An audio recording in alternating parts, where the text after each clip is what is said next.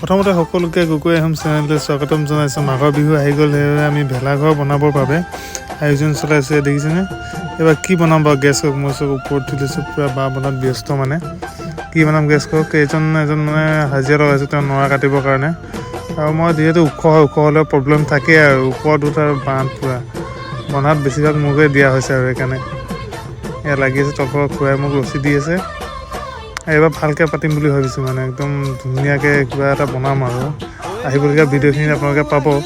এই আমাৰ দদৌ একদম পূৰা চাই আছে কি বনাব, তাৰ নতুন প্ৰথম মাঘৰ বিহু, গতিকে আৰু তাৰো এক্সাইটেড থাকিব, সি বহুত ফূৰ্তি কৰিব আৰু চাওক আপোনালোকে। আমাৰ প্ৰায় মানে 50% কাম হৈ গৈছে আৰু এইফালে খুৰাই ওপৰত বান্ধি আছে, এইফালে নৰা কাটি পূৰা হৈ গ'ল আৰু বাকী আহিবলগীয়া ভিডিঅ'খিনি দেখিব আপোনালোকে।